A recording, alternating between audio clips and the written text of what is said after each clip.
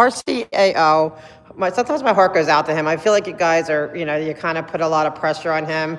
And, I think it's typical for you guys, right? You probably take the credit when things go well, and then it probably falls on his shoulders. If things aren't as good, it falls well. So be nice to RCAO. And then the next thing is, home ownership. Yes, I think you should try to get people, when you have ownership, it's always, to me, like it's like you really are more invested. It's just the facts. I'm not saying there's anything against renters. I'm a renter, but and I'm very invested in my community. But I just think that ownership, not only gives you a sense of pride and legacy for future generations, it makes you more involved, in my opinion.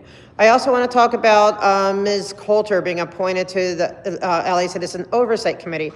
Oversight is something that the city severely lacks. Like what I just saw at the police commission was supposed to be oversight, and the oversight needs oversight. And that's what I see in the city a lot. Our oversight needs oversight, and then that oversight probably needs even more oversight.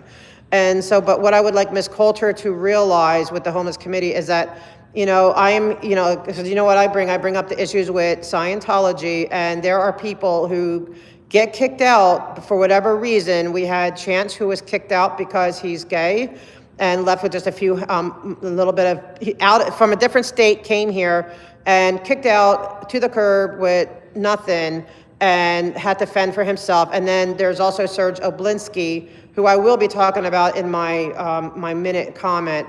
And so you need to know that this does happen. They are creating homeless situations, which is wrong. And with that being said, I will switch to public. Okay. Yes, I'm ready for public. Okay, I'm here because I want to get, I am putting through, it's not just me, putting through a request for state, local, wherever, whoever listen, for the Serge Oblinsky law. Serge blew up his hands and lost an eye playing with fireworks as a 14-year-old kid, right? That happens.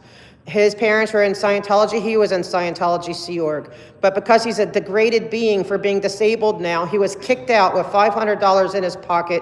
His parents were not allowed to be connected to him because he's considered a degraded being and an SP.